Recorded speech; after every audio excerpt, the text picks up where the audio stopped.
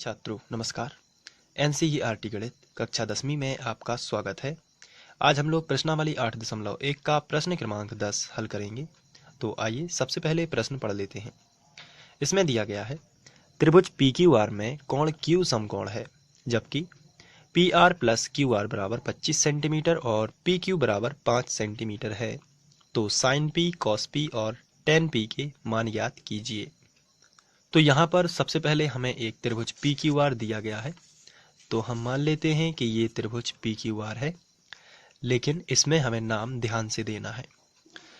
Question में लिखा है कि कोण Q समकोण है, तो Q आपको यहाँ पर ही देना पड़ेगा क्योंकि यहीं पर समकोण बना हुआ है। तो ये देखिए मैंने यहाँ पे लिख दिया Q जो है वो समकोण है। इसके बाद हम P और Q कहीं भी दे सकते हैं, तो हमने यहाँ पे दे दिया P और यहाँ पे नाम दे दिया P और R कहीं पर भी दे सकते हैं। तो यहाँ पर हमने नाम दे दिया R। बस आपको ध्यान रखना है कि जो Q है वो यहाँ पर बनेगा क्योंकि क्वेश्चन में लिखा है कोण Q समकोण है। तो देखिए यहाँ पे कोण Q समकोण है, बाकी P और R कहीं भी दे सकते हैं। इसके बाद PQ दी गई है 5 सेंटीमीटर। ये देखिए PQ जो दी गई है वो है 5 सेंटीमीटर। तो यहाँ पर हम 5 सेंटीमीटर लिख लेते हैं इस तरीके से। और PR और QR 25 है, तो PR ये देखिए P से लेके R तक और QR दोनों का योग जो है वो 25 दिया गया है। लेकिन यहाँ पर हमें ना तो QR पता है ना PR पता है, लेकिन दोनों का योग पता है वो है 25। तो ऐसी स्थिति में हम QR मान लेते हैं x सेंटीमीटर और PR मान लेते हैं 22 सेंटीमीटर,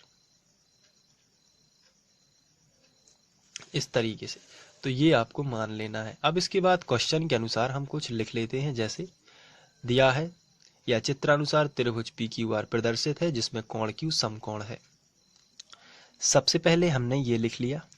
इसके बाद हमने माना QR बराबर x सेंटीमीटर और PR बराबर 22 सेंटीमीटर। माना QR बराबर x सेंटीमीटर और PR बराबर 22 सेंटीमीटर तथा PQ बराबर 5 सेंटीमीटर ये दिया गया है। तो हम यहाँ पे लिखेंगे तथा PQ बराबर 5 सेंटीमीटर ब्रैकेट में लिख देना है दिया है। ये इतना हमने लिख लिया। इसके बाद साथ में हमें दिया गया है PR प्लस QR बराबर 25। तो हम इसी को यहाँ पर लिख लेते हैं। चूँकि PR प्लस QR बराबर 25 हमें दिया गया है, लेकिन PR का मान कितना है ये देखिए, PR है 22। तो यहाँ पे हम लिखेंगे 22 प्लस QR है x। यहाँ पे लिख देते हैं x बराबर 25। ए लिख दिया 25। अब चूंकि हमें यहाँ से 22 का मान निकालना है, तो 22 का मान इसलिए निकालना है ताकि पूरा समीकरण x में बने।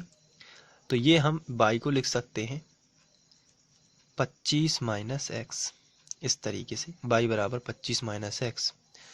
तो इस 22 की जगह पर हम लिख सकते हैं 25 माइनस एक्स, इस तरीके से। तो ये देखिए 22 की जगह पर हमने लिखा 25 माइनस एक्स। इतना आने के बाद इसको हम समीकरण 1 बना देंगे और अब हम समकोण त्रिभुज में पाइथागोरस प्रमेय लगा देंगे, जिससे x का मान आ जाएगा। आप देख रहे हैं 22 की जगह पर हमने x में कन्वर्ट कर लिया। 22 को हम 25 माइनस एक्स लिख सकते हैं, ये भी x में है और ये संख्या है। तो जब ये करोगे आप तो x का मान आ जाएगा। तो समकोण त्रिभुज PQR में पाइथागोरस प्रमेय से, और ये पाइथागोरस प्रमेय होता है कर्ण का वर्ग, और कर्ण कितना है 25 माइनस एक्स। तो यहाँ पे हम लिखेंगे 25 माइनस एक्स का वर्ग, या फिर आप लिख सकते हो y वर्ग। तो y का मान 25 माइनस एक्स है तो वो वही आ जाएगा, लंब का वर्ग यानी 5 का वर्ग प्लस आधार यानी x। लंब आधार कोई भी ले सकते हैं, इसको लंब का वर्ग इसको लिख सकते हैं कुछ भी, तो दोनों का वर्ग और योग ही होना है। तो यहाँ पर हम इस तरीके से इसको लिख देंगे। अब 25 माइनस एक्स का वर्ग, इसको हम a माइनस बी का होल स्क्वायर कह सकते हैं। तो इसकी सर्व समीका होती है a वर्ग यानी 25 का वर्ग, तो यह आएगा 625। b वर्ग यानी x का वर्ग, तो प्लस b वर्ग यानी x का वर्ग माइनस 2ab यानी कि 2ab यानी 2 गुणित 25 यानी 50x आ जाएगा, और बराबर 25 और प्लस आ जाएगा x वर्ग। x वर्ग और x वर्ग कैंसिल, माइनस का 50x का पक्षांतर इस तरफ कर देंगे और प्लस के 25 का पक्षांतर इस तरफ कर लेंगे।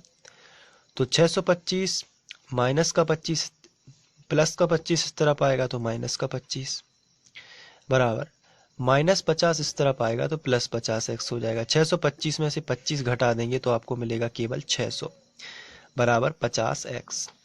तो x का मान ज्ञात करना है, इसलिए गुणा वाली संख्या को बटे में पहुंचा देते हैं, यानी 600 बटे 50 बराबर x। 0 से 0 कट जाएगा और 12 पंचे 60 होता है, इसलिए x का मान आएगा 12। x का मान हम समीकरण 1 में रख देंगे। यहाँ पे देखिए ये है समीकरण 1, यहाँ पे यदि x का मान रखेंगे तो y का मान हमें मिल जाएगा। तो हम लिखते हैं x का मान समीकरण 1 में रखने पर, समीकरण 1 में रखने पर